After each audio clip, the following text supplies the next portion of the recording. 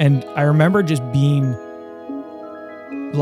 aware of how depressed I was and being tired of it and being like, I don't want to be depressed. And I like can almost visualize someone in the car with me just being like, you don't want to get rid of me because I'm the only one that stuck around.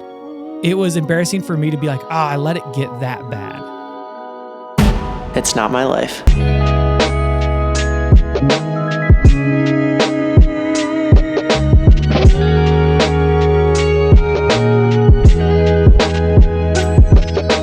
What's up, everybody? Welcome back to another episode of the Not My Life podcast. It is not my life I live, but Christ who lives in me. I am your host, Caleb McCarthy, and I'm so excited that you decided to click on today's episode. If you are new, I post weekly. I've stopped with the Monday and Tuesday thing because I like posting just at random times throughout the week, so it doesn't feel like a job that I have to do. It's more of a exciting thing that I get to do, so kind of takes the pressure off. But yeah, today's episode is with one of my good friends, David Sunnock. He has been on the podcast before with his wife, Summer, and they talked about their Ireland trip and kind of how they met. So if you haven't seen that, the link will be in below. But yeah, so I kind of wanted to have David on today just to talk about something which is part of his testimony, which is depression. And I know that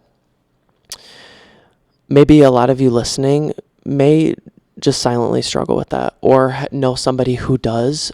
And I just wanted to speak into that because I feel like just this podcast, I want to just talk about things that may be hard and may not be addressed as much, with just your friends, maybe that you haven't even talked about it. And so my hope for this episode is that you guys will be able to kind of be encouraged by David's testimony with his past with depression. I'm really excited for it. I was praying to the Lord about this podcast with David before I even knew what the topic was. And I remembered his teaching that he did at a young adults one night. And it was about his story with depression. And I was just kind of brought back to that. And really what entered my mind was, wow, I have friends who struggle with that. I know people who struggle with that. And I would really, more than anything, want them to hear his message because I remembered how encouraging it was to me at the time as well. So if you know somebody who struggles with that, if you yourself struggle with that, I encourage you to send it to a friend, to just really have all ears on this podcast and just be able to receive and just kind of take a break and listen to this and just kind of let it wash over you and just be encouraged. So yeah, without further ado, here is my conversation that I had with David Sunnock. David Sunnock, welcome back to the Not My Life podcast. Woo! How's it going? It's going great now. Today's usually Thursdays are usually bland for me, but I'm getting to talk with you. Yeah. Second time's a charm. Oh, I'm stoked. Oh my goodness. I haven't released a podcast episode this week yet. I usually release them on like Mondays or Tuesdays, but I feel like the Lord was kind of calling me just to kind of take a break. I feel like with everything that we do, it's good to just take a break sometimes and kind of remember why you're doing it and kind of get refreshed. So I don't know when this episode's going to be released. So maybe next week, maybe not. But I brought you on today's podcast because there was a teaching that you did way back in our young adults group. Yeah. And you want to tell me what your title was called for it? Oh, My Friend. Oh, My Friend Depression. Yes. I've spoken on it twice. And I had one called, instead of God, please heal me. It was like crossed out and said, God, please enable me. And then I forgot about my best friend depression. But, yeah. Yeah. I think when I first saw that, when you're like, hi, I'm David, and today pretty much my message is called My Friend Depression. I was like, oh, what's this going to be about? So pretty much, I'm not going to give too much away because I want you to tell your story, but you struggled with depression or continue to? Or No, honestly, I haven't been depressed in a while. I feel like I've noticed like a difference between like, oh, I'm bummed out and like, I think it's like when people go like, oh, I've overcome depression, it can have like this like, so you can't ever be sad. So it's like this like, oh, every day is amazing. And you're like, oh no, everyone has bad days. But I feel like when I was depressed, it was just like this hopelessness. Right. And I feel like I haven't like, I almost forgot that I was depressed. Yeah. So before we get into that, my hope for this podcast episode is just to kind of encourage others who maybe are going through like a really deep, dark, depressed time, or maybe have gone through it for years, and just kind of show them hope in your testimony that, you know, there's freedom in it. And kind of just what you've walked through, because I have friends, I have other people that I know that really have a tough time with this. And I think through this podcast, this could just really shine some hope and kind of give them fuel for the battle. So I kind of want to just open up the floor for you, if you don't mind, just kind of sharing your story, your depression story, kind of just the beginning of it and kind of like where it changed. Yeah. I would say, so when I was like in high school, I really don't know when it started, but I just remember just being sad, kind of like just bummed out. Like it was like kind of like the emo, like everyone kind of goes through a phase of just like, they're like angsty teens. And then once it got into like, once I graduated high school, it just never really went away. But I just did not like to talk to people and have like strong friendships. I was kind of like the fair weather friend to a lot of people. And so even if someone asked me like, how's it going? I would just lie to them. And so that's where it's kind of like this, like, man, there were so many people that cared about me. I just didn't want to go there with people. Right. And I remember just always being kind of sad and just striving like a workaholic, even in like high school and my early 20s. And it just turned into like a really bad spell of depression. And then I had like tons of social anxiety because I was constantly trying to like impress people. It was kind of like there's like the fear of man, like where you're just kind of like, what are people thinking of me? Am I doing this? Am I like, and so you get kind of like this anxiousness of failing. Right. So I had like tons of anxiety, and then it like turned into a depression.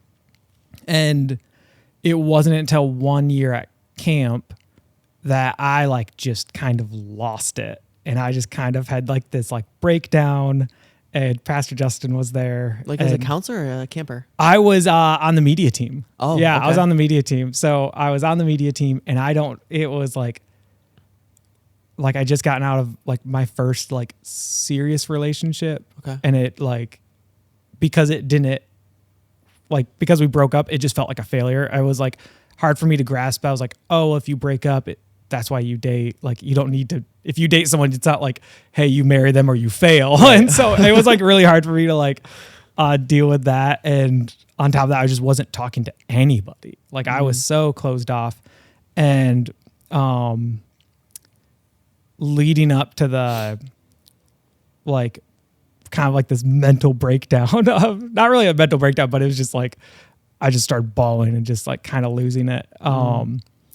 I remember just being depressed, and it was hard for me to have friends. So I just kind of like was driving everywhere by myself. I'd be like, I'm just independent. And I remember just being aware of how depressed I was and being tired of it and being like, I don't want to be depressed.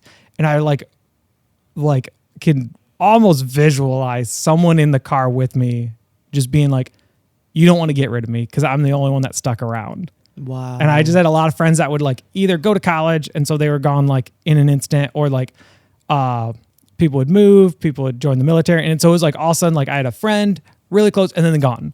And then another friend and then just gone. And because I was just like, I just didn't like being social. The only thing that really was constant was this like depression that was like comforting. Yeah. So, fast forward this like the kids camp or Camp Victory, and Pastor Justin like kind of calmed me down, kind of realized what was going on, and I just was like verbally vomiting to him like, dude, I'm just depressed. I'm like losing it right now.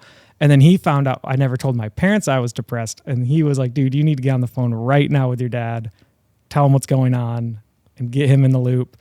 And it was like so tough for me because I was just so like, I just Closed didn't off. want, I was so close. It was so uncomfortable to talk about emotions. Right. That I was like, I don't want people to like ask me, how you doing? Right. So like, it was just uncomfortable for me. So, yeah, it was, I ended up calling my dad that night, and Pastor Justin drove me home from camp before camp even started.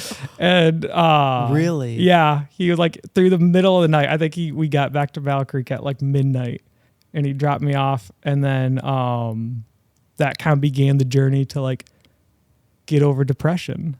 Wow. Yeah. Whew, I'm like downloading a lot right now to ask you. So, wow. First of all, second of all, when were like the times that you felt like the most depressed? Like, were they spurred on by anything, or were they at like random moments?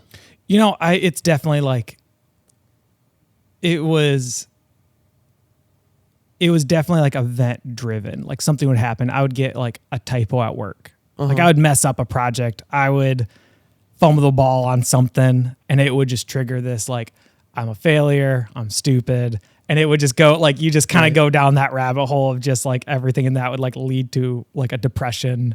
And like, that's usually what it was. It was never like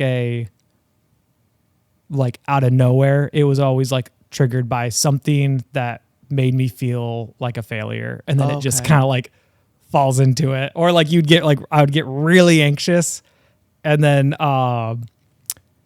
your body can try and pull you down, and that can lead to a depression. So I would work like late hours because I just was like so dead set on striving and being successful. So I would drink a ton of coffee. I would barely eat because I was like, well, I just got to work more. Right. And then I would stay up late. And so I wasn't sleeping good. And so that would make me anxious. And then that would make me depressed. That doesn't help the chemical side. Yeah, of things in your seriously. body. Yeah. So when you like kind of look back at the depression that you had, is it kind of hard to remember sometimes? Like there's some spiritual amnesia there in like the darkest moments? Yeah, I would say it's kind of almost embarrassing. Like I think the thing that makes me like, I remember telling Summer like how depressed I really got, and it was almost like, it was embarrassing for me to be like, I let it get that bad. Like I should have known. It was so obvious, and there was so much help that I think there's a part of me that's just like if I asked a friend, you felt shame about talking about it. Yeah, like it's kind of like if I knew one of my friends was going through what I was going through, I'd be like, dude, why'd you not talk to me? I thought we were friends, and so I think that's always made it tough. But there's definitely some spiritual amnesia on like how bad it got. Yeah. And all that. And the reason I say that is because I kind of had like a similar encounter at camp, which I've talked about on the podcast before. But like as a kid, I was extremely anxious.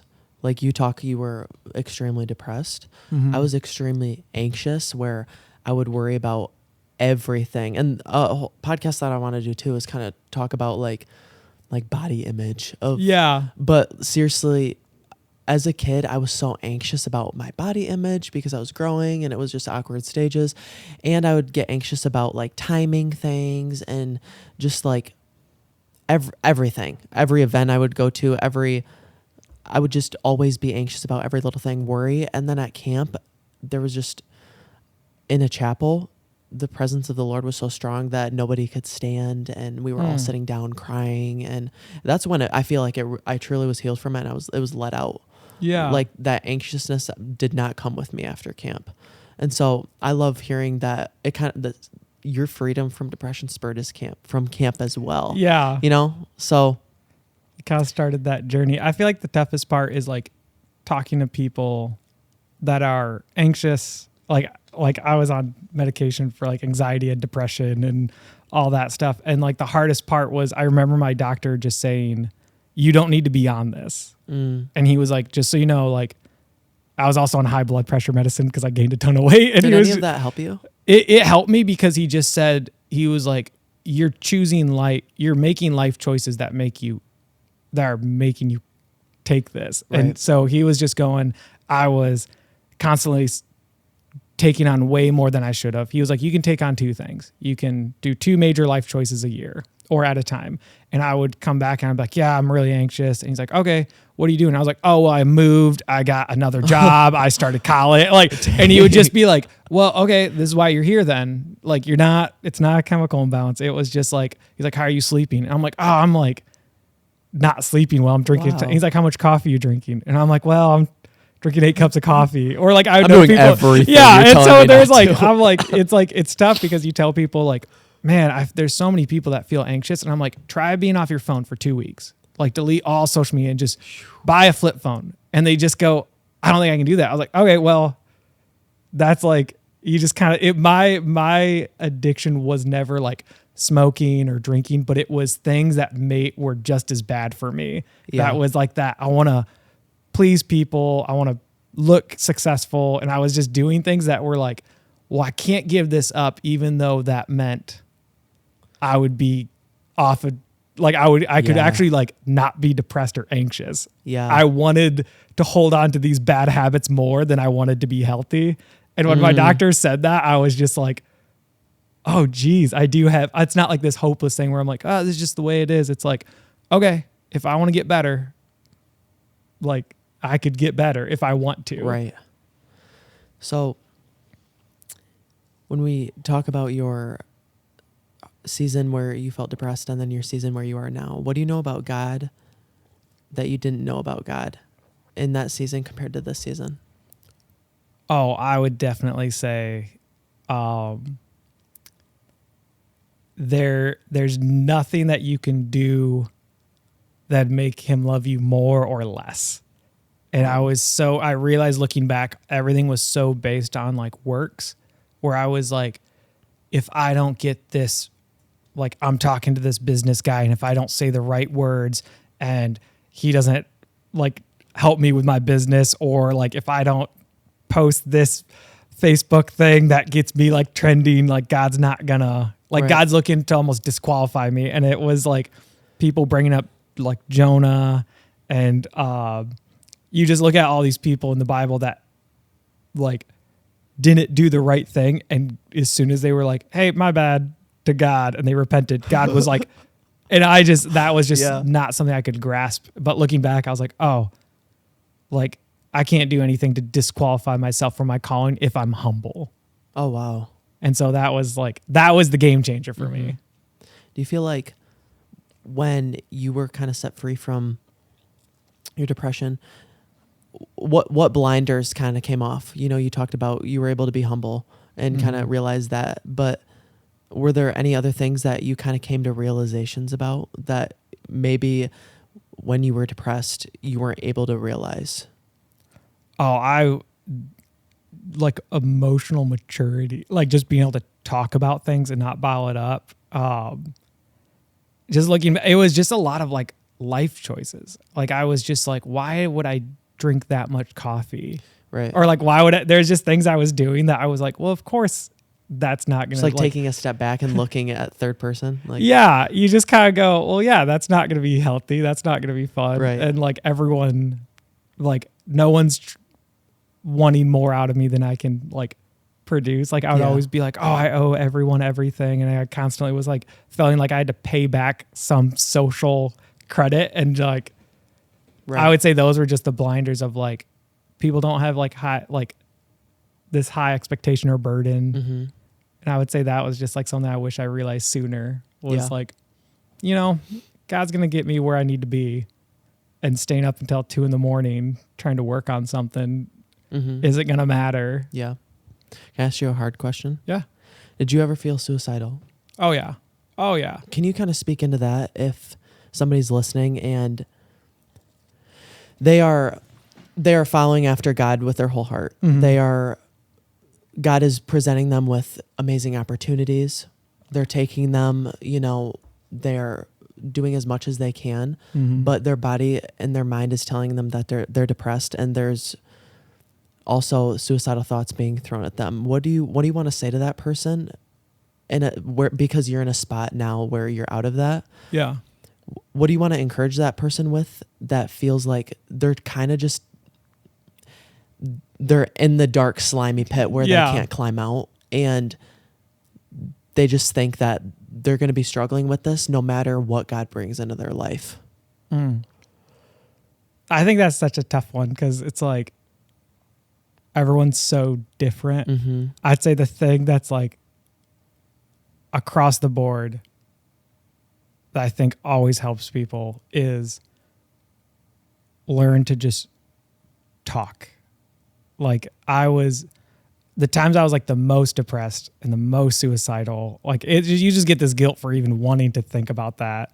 And then you just go, who do you even talk to?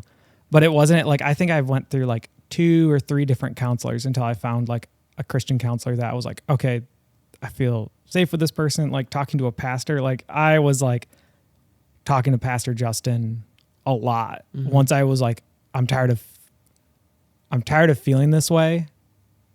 And I think if someone was feeling depressed, suicidal, I think it's like just learn, like just reach out and talk. Cause there's so many people that love you. There's so many people that loved me, but it was just up to me. Cause if someone asked me, I was like, I didn't want the help. And I think the hardest thing was like me going, okay, I can get out of this. I just need to like reach a hand out. Right. And there's a ton of people that are going to grab that hand and help me out.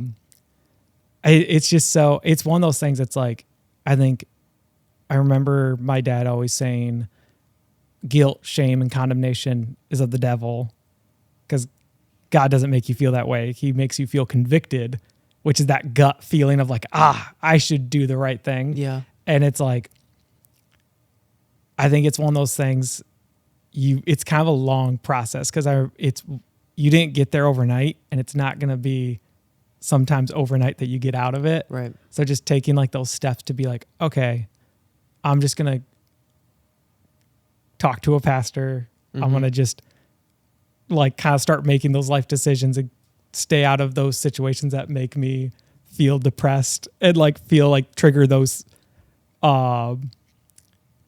thoughts. A lot of times I would literally just go for a walk because I'd be like, oh, if I stay here, I'm just going to think about killing myself. Right. So I'm just going to go for a walk and be in nature, be with God, call a friend. Yeah. I'd say that's how I feel. It's such a like a touchy subject though. Cause I'm like, oh man, I was like, the only safe bet is like, man, find a good Christian counselor or a good pastor that you trust and just be real with them. Yeah. So you're pretty much saying just surround yourself with a lot of people and don't isolate yourself. Oh, isolation. I would always isolate myself. And that was always the worst thing. Like even now I'm just smart enough to know, like I keep saying, it's like my depression is like people that are hearing people talk about being alcoholics. I'm like, oh, that's me with depression. One taste of it and I'm just back in it. Right. Like I could easily tomorrow have thoughts of suicide if I let myself go there. And I feel like that's the thing that I go, when Summer travels, Summer was helped with the women's retreat. And I'm like, I'm going to just make sure people know what I'm doing. And that you're alone. Yep. I was just like, and it's like easy because it's like if you're not a social person, you get burned out and then you get depressed. But I was just like, I just now have built myself a community of like, hey, let's hang out. Let's go somewhere. Yeah. Or like people I just know I can text. Like even your dad knows me well enough now that he was like, hey man, if you need to borrow the dog, yeah, Ruby. And so it's knowing that's like, there are ways the enemy's going to try and tempt you and you just need to be aware. And that's what's so good about talking. Like Pastor Justin knows me so well because I've been so vulnerable with him. He goes, are you sure you want to take on that huge project? Because you know you're going to like, you've been around this mountain before. Yeah. So yeah, surround yourself with a good group of Christians that you can just be vulnerable with. Right. Kind of as we close, is there any verses that you meditated on or kind of helped you get through that season that you can think of? Or okay, there I would say there's one. I would say the verse that really has gotten me out of a lot of depression was I think it's Nehemiah 3:20, and it talks about the zealous workers, and it just made me go, okay, if you don't need to be perfect, you just need to be like zealous for God. Because I think sometimes when I would read like be anxious for nothing, I'd be like, oh, God, make me anxious for nothing. And it wouldn't work, and I feel like I would fail. But it's really like focusing less on like your depression, more being like, God, where's the joy in life? Right. And like just going towards him and just praying and like enjoying worship. I found if I didn't want to be in worship, if I felt myself wanting to skip worship, that was like a red flag of like, oh, I'm starting to get depressed. Because it would be worship just like hits your soul in a way. Oh, That I would be like, I don't want to go there. I don't want to get emotional. I'm going to bury this. So like, interesting. I would be like, okay, that means I have to go. Same thing with like, anytime we do like a men's event and I'd be like on the fence, be like, do I want to go? I'd be like, okay, that means I should probably go to this. Yeah. So do you feel like when you felt those things that maybe it was the enemy saying, oh no, you don't want to go towards that because he knows that the Lord's going to fulfill you in the ways that can kind of take your mind off. Yeah. Oh, 100. It was like what you need. Me. Yeah. It's like that person that you avoid that you like, they're going to like talk to you. It's like when you're like, oh, I know I need to like talk to my pastor, but you don't want to. And then you see him in the hallway. You're like, oh no, you like turn around. But I didn't think I was going to talk about this today. Oh, that is 100%. Usually I was like, oh, I know worship is going to heal my soul. But it was like I wanted to be depressed because it was comforting. Right. And I just like, I don't know if I want to give that up. Like there is a comfort in being depressed. How did you, explain that a little bit. It's like a warm sweater. I would do things that I knew would make me depressed. I would listen to music that I knew would make me depressed. I would like, sounds like your friend depression. Oh yes. Wow. My friend depression. It was, and then it's like, I think that's why I get so frustrated with like, sometimes I see people, I'm like, they'll be like, yeah, I'm just struggling with depression. And I think there's some people that like can have a chemical imbalance. I think the majority though, I go, what's your sleep schedule like? What's the music? What's like, I look at like, I would be watching like so many YouTube videos on like why the world is a terrible thing. Cause I'd be like, well, I want to know what's going on in the world and I need to be up to date. And I'm like, I can't change what's going on the other side of the world right now, but I would take on this burden of anxiety. I would listen to like sad music that would make me all mopey. And I would just kind of like feel myself like slip into this like almost like intoxicated state where I'm like, you just feel numb. Yeah. And you feel like you have control. Cause it's like, for me, suicide was always like that, like, oh, well, at least I can control something in my life. And that's like I'm here because I want to be here. Wow. And that was kind of like how I guess justified it in some ways. But again, like what a lie. I know, right? And like, that's why I think worship was so powerful. Cause it's like, you hear it and it just cuts through that and you go, I don't want to give this up. Literally. But you just go, oh, it feels so good. Chain breaking music. Oh, I know, right? It's like the leper in the water, man. You just get washed off and you feel good, but you're like, do I want to get into that river? Yeah, right. So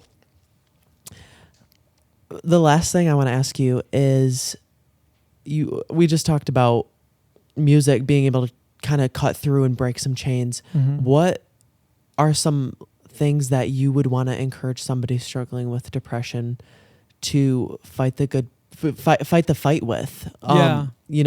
Listening to music. What else can they do to fight this fight?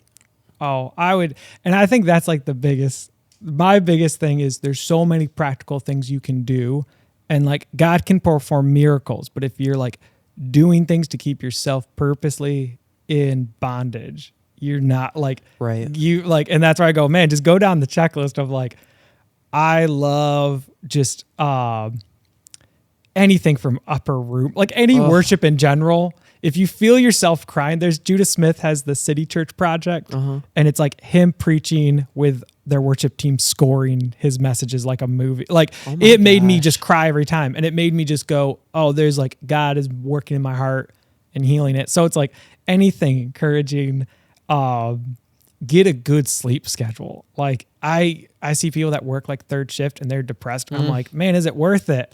Is it worth it? Woo. Like, man, fight for like, just if God needs you there, that's make other life choices. But like, watch your caffeine intake. Yeah. There's so many stuff like that where I'm like, I deleted Instagram. I've deleted YouTube. Like I just got on Instagram again because someone said they sent me a message and I was like, oh, and I was like, I guess I have to reinstall Instagram to go see this. But I'm like, man, if you're struggling with depression, like for a month, get off of YouTube, Instagram, Facebook, TikTok, like everything. Get rid of even Pinterest. Like, because I'm like, it just makes you go, why don't I have cool clothes? Seriously. So I'm like, get rid of all that. That's and why just I deleted it. I'm going to drink just 1 cup of coffee a day and go for a walk. Yeah. Literally just going for a walk and being outside, because like the mindless scrolling is addicting, but just being outside in God's nature. Like literally, I remember just going, this is one of the best things you can do. A thankful heart is the best cure for depression, because it sounds like you have nothing, but you have so much. And I would make a goal to see the sunrise, and I would go out with my cup of coffee, look at the sun rising, and you just feel like the cold air on your cheeks, wearing a hoodie, and just go, God, thank you for letting the sun rise. Wow. And then I honestly, I'm going to switch it. My best advice if someone's depressed, combat it with thankfulness. Ooh. And just go, I remember literally just praying this simplest things like, God, thank you for letting me worship in public, because I know there's people out there that can't worship in public. And God, thank you for my car that lets me go to the church, that lets me worship in public. Thank you for the sunrise. Thank you for this, like, thank you for my shoes. Yeah. And I would just, anytime I was feeling down, I'd be like, I have so much to be thankful for here. Yeah. Thank you for Caleb McCarthy and his great podcasts. Oh my gosh. Yes. I love those soul refreshing things. Those are so good. David, thank you so much for being on the podcast. Thank you for speaking truth and being able to be vulnerable about your story. And I just pray in Jesus' name that whoever's listening, that this touches them in just amazing ways and cuts through. So, David, thank you for being on. Oh, thank you for having me.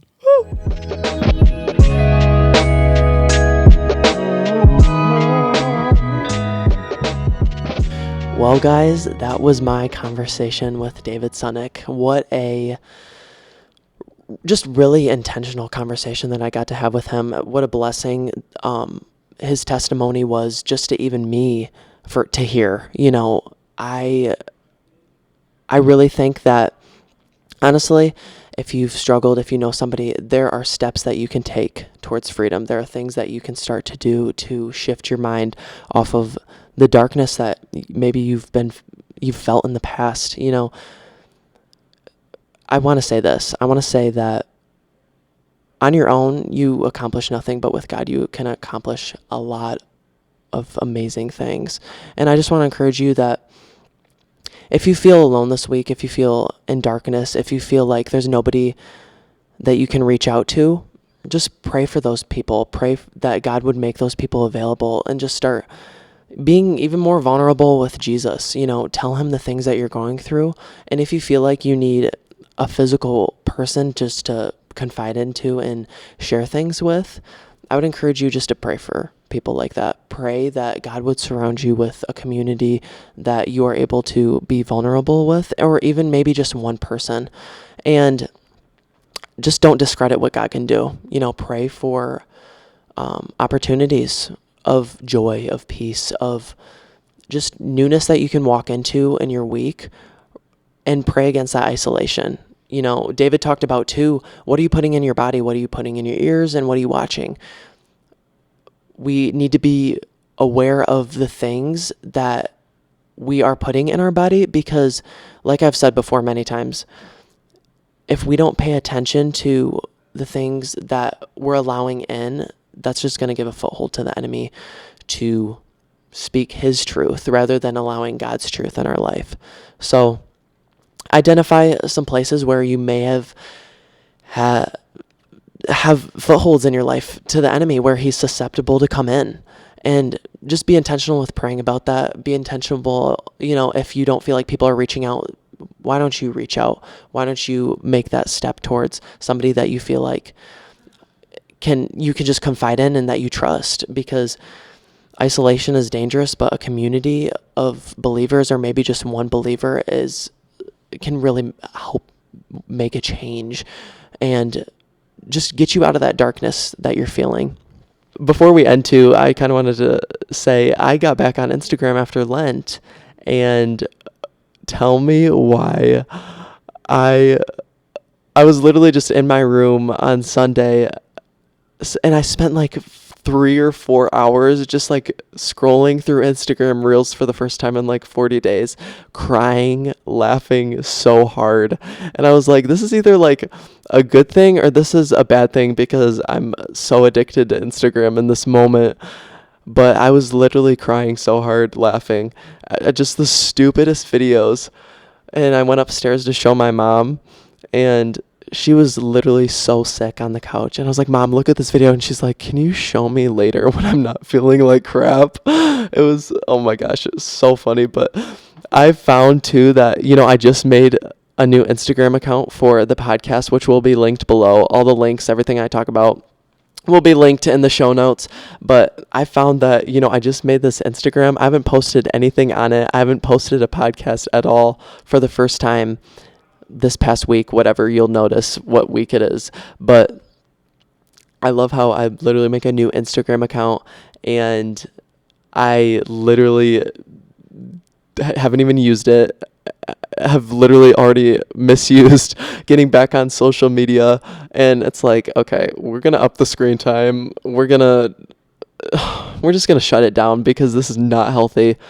But yeah, I've really had to like focus in on margin again with social media, because it's so easy to get sucked in.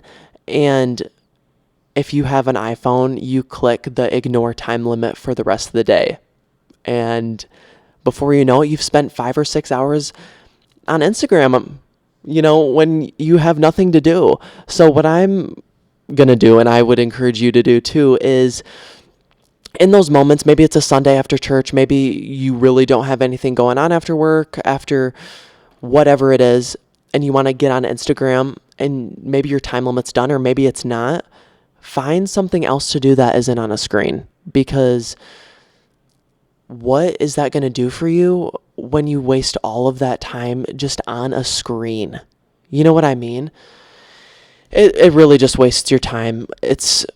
Yes, you laugh. Yes, I laughed crying. Yes, it made part of my day, because I haven't laughed that hard in a while. But I feel like if you just kind of don't spend 5 hours on it and you do it at smaller increments, that's okay. But just get outside, go for a walk, go listen to music, go talk with somebody, go do something else that isn't sucked into your screen, because we weren't made just to consume all of that media at one time and just be brain numb with all that media. So I know this is a longer outro than usual, but I've just been feeling that. I've just been feeling that social media is so easy just to like take over our minds, and it's like makes my mind butter sometimes. So I also blame me not releasing a podcast last week because of Instagram, because I was so sucked into legitimately just getting sucked in. So yeah, I would just say I'm going to be better at that, because it's just not good, and there's better things that we can be doing. So yeah, guys, if you want to go ahead and follow the new YouTube channel, we got like 25 subs. Let's go. You can listen to this podcast on Spotify with video as well, and you can follow along on apparently there's more Apple Podcast listeners. I changed the distributing thing for my podcasts to Anchor. Shout out to Anchor. But yeah, apparently I have more Apple Podcast listeners now, and I have more guy listeners than girl listeners. So what's up, guys? But yeah, other than that, guys, I really hope that you took something out of this episode. And if you did, make sure to leave a comment or review wherever you're watching. You can write something down. If you are watching on YouTube, click subscribe, share it with a friend, so that more people can get some more Jesus and encouragement in their life this week. If you want to follow along with the podcast, you can follow my new Instagram account called Not My Life Podcast. Other than that, guys, I hope you have a great rest of your day. Go do something this week that isn't social media. I'm going to do the same, and I hope you guys stay blessed. Bye, guys.